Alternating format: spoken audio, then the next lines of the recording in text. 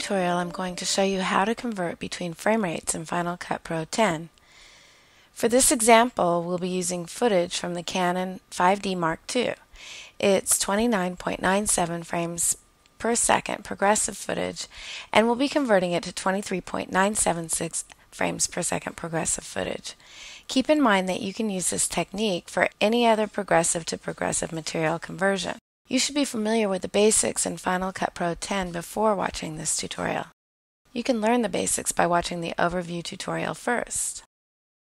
We will start a new project, and instead of selecting Set Based on First Video Clip, which will give the timeline the attributes of the first clip, we will choose Custom.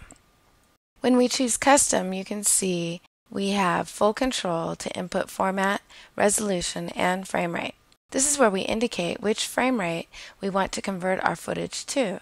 I will change the rate to 23.976. Now we will just drop our source clip into this timeline with the desired resulting interlacing and frame rate settings. As we saw in the overview tutorial, we need to use a compound clip. In this case, we will actually need 2 levels of compound clips. Let's see what I mean. When I step through the frames, you can see that just by dropping my clip into the new timeline, we lose frames, because Final Cut Pro simply drops the frames. What we need to do is select our clip and go to Modify, Retime, and select Conform Speed. Selecting Final Cut Pro's Conform Speed will play every frame of the clip at the new frame rate. This will make the clip either longer if the new frame rate is lower than the original, which it is in this case, or shorter if the new frame rate is higher than the original. You might wonder why we're doing this. This is a necessary workaround in Final Cut Pro to allow Twixtor to see each original frame. Just to make this more clear, after selecting Conform Speed on a 29.97 frames per second clip, within a 23.976 timeline, which Final Cut Pro may display as 23.98. Final Cut Pro's retime speed will be set to 80% in order to play each original frame at the new frame rate. Final Cut Pro sets the retime speed automatically upon conforming. Isn't that nice? We will want our clip to play for the same duration, not faster or slower. This is where Twixtor comes in. Note, we don't want to apply Twixtor to the clip that has now been conformed as we conform the speed, because if we do, then Twixtor will be applied before the conforming operation in Final Cut Pro, and your clip will be all mixed up.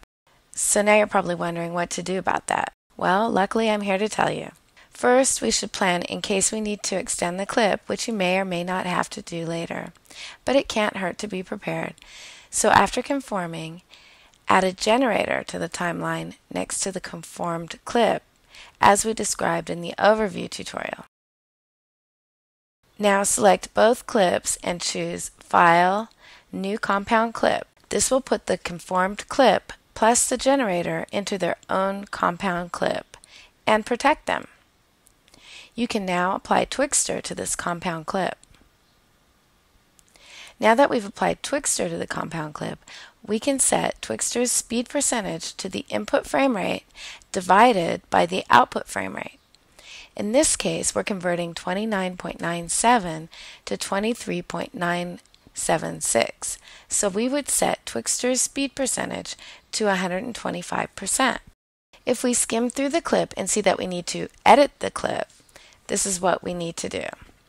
In order to trim back to its original length or transition the Twixtor clip, we can make one more compound clip because we already know that we shouldn't directly edit the Twixtor clip. Now we can just drag the edge of the clip to wherever we want. If you're converting from a lower frame rate to a higher frame rate, you may need to extend the footage with the generator just as I described earlier. Let's just do a quick recap. If you double-click on the compound clip that we were able to trim to the correct length, we will find our Twixtor clip, the one that we applied Twixtor to. If we double-click on this compound clip, we will see the conformed speed clip plus the custom generator that we use to lengthen the clip or in this case, we didn't actually need to lengthen the clip, but it was there just in case. So this is how you do a frame rate conversion with Twixtor in Final Cut Pro 10.